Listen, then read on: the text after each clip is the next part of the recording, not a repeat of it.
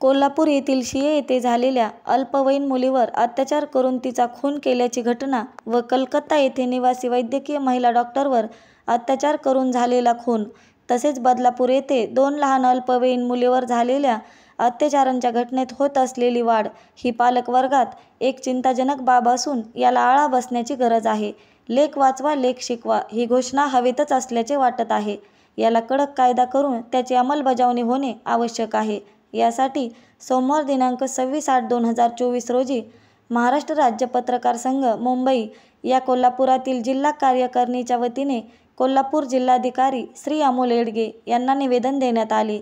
यावेळी महाराष्ट्र राज्य पत्रकार संघ मुंबई कार्यकारिणीचे जिल्हाध्यक्ष श्री चंद्रकांत पाटील यांनी आपले म्हणणे मांडताना छत्रपती शिवरायांच्या स्वराज्यात लेकी सुनांचा सन्मान केला जात होता, पण आताच्या काळात आपल्याच लेकी सुनांवर अन्याय व अत्याचाराच्या घटना घडत आहेत. यासाठी प्रत्येक शाळेतील शिक्षकासह विद्यार्थी आणि पालकांचे समुपदेशन होणं आवश्यक आहे. यामुळे अशा घटना रोखण्यात काही प्रमाणात मदत होईल. यावेळी चंद्रकांत पाटील यांनी म्हटले आहे.